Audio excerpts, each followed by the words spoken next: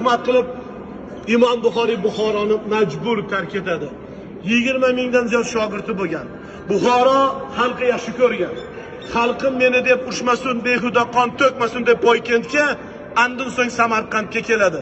Samarqandga yo'l olganda Buxorodan podsho Samarqand podshohiga noma jo'natib qo'ymang. Buxoriy kirmadi, bilar edi. Mana shu qishloqning nomi eshitdinglar, Xartang bo'lgan. Shu qishloqda Buxoriyning shogirdi bo'lgan. Imom Buxoriy shularnikida qo'nim topdi. Shogirdi G'olib ibn Jabroil shunday xotira qiladi. Men ustozim Imom Buxoriyni tahajjud namozida duosini eshitgan edim.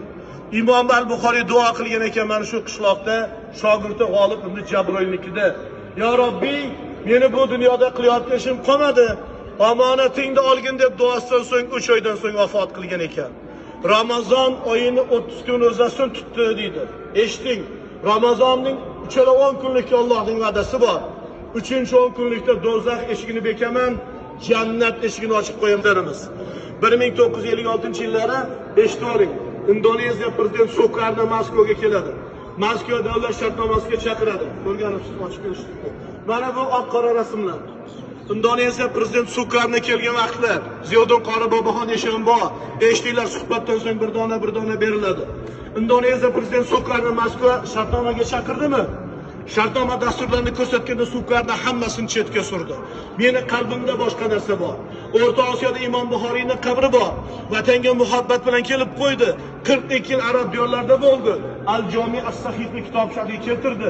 Men o'shani bir ziyorat qilsam, masjidda 2 rakat namoz o'qisam, xohlagan shartnoma qilaman dedi. Shunda Sovet rahbarlari Buxoriy kimligini bilishmagan.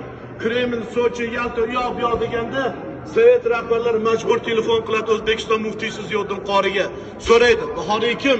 Ziyoddin qori javob qildi. Hadisim sultoni qabri Samarqandda qishloq qabristonida bir xaroba holatda mehmon kutayotgan holat yo'q. Mehmon olib kelsalaring uyalib qolasizlar deganda Sovet rahbarlari Sukardan aldashdi. Kemasun deb aldadi. Buxoriyning qabrini topdik. Yo'qlarga samolyotlar ushmaydi. Yo'qlarga samolyotlar qo'nmaydi, borib bo'lmaydi dedi Kemasun deb. Sukarning ko'zlariga yosh oldi. Samolyot bormasa poyezd boradimi? Poyezd bormasa xaritadan ko'rsating. Bir oy vaqt bo'lsa-da men piyoda boraman, men Buxoriyni ziyorat qilaman. Bu hadisga muhabbat edi. 4 kecha 4 kunduz atayin poyezd olib keladi. Atayin kechasi olib keladi, kirsin chiqsin. Ko'chadan Sukarnani yalangan holatda keldi. Olib kelishdi.